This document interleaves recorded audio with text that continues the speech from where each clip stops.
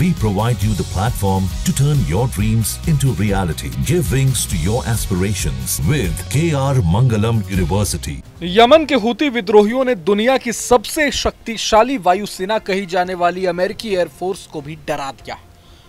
हाल ही में यमन में अमेरिकी वायुसेना के हवाई हमलों के दौरान हूती विद्रोहियों ने अमेरिकी F-35 ज्वाइंट स्ट्राइक फाइटर और F-16 वाइपर को मार गिराने के बहुत करीब पहुंच गए थे। खास बात यह है कि अत्याधुनिक सिस्टम से लैस अमेरिकी एयरफोर्स के सामने हूतियों की वायु रक्षा क्षमताएं काफी हद तक अल्प विकसित हैं। ऐसे में सवाल उठता है कि आखिर हूतियों के पास ऐसा कौन सा ब्रह्मास्त्र हाथ लग गया है जो अमेरिकी फाइटर जेट के लिए खतरा बन गया है।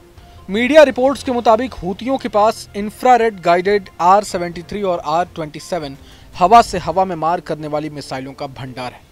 इन मिसाइलों को सतह से हवा में इस्तेमाल करने के लिए फिर से तैयार किया गया है। स्थानीय रूप से इन्हें थकीब 1 और थकीब 2 कहा जाता है। यमन के विद्रोही समूह के पास सतह से हवा में मार करने वाली सक्र सीरीज इंफ्रारेड होमिंग मिसाइलें भी हैं, जिनमें घूमने की क्षमता होती है।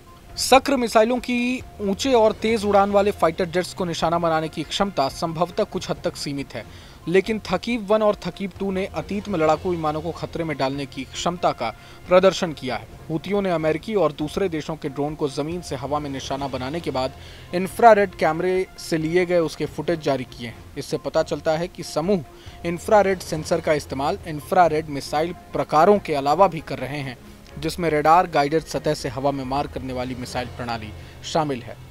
सक्रिय रेडार के उलट इंफ्रारेड सेंसर निष्क्रिय प्रकृति के होते हैं। इसका मतलब है कि ये ऐसे संकेत नहीं देते हैं जिनसे पायलटों को पता चल सके कि कोई खतरा मौजूद है।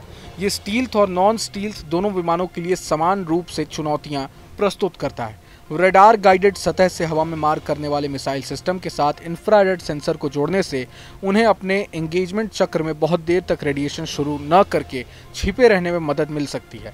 इससे निशाने पर लिए गए विमान के लिए प्रतिक्रिया करने के लिए बहुत कम समय होता है। आपको बता दें कि एक निजी न्यूज़ चैनल ने सितंबर 2025 की अपनी एक स्टोरी में Washington institute for near east policy के सीनियर फेलो माइकल नाइट्स के हवाले से बताया था कि हूती और ईरानियों ने इलेक्ट्रो ऑप्टिकल का इस्तेमाल किया, क्योंकि ये पूरी तरह से निष्क्रिय प्रणाली है। उन चीज़ों का पता लगाना मुश्किल होता है क्योंकि लॉन्च से पहले उनका कोई निशान नहीं होता।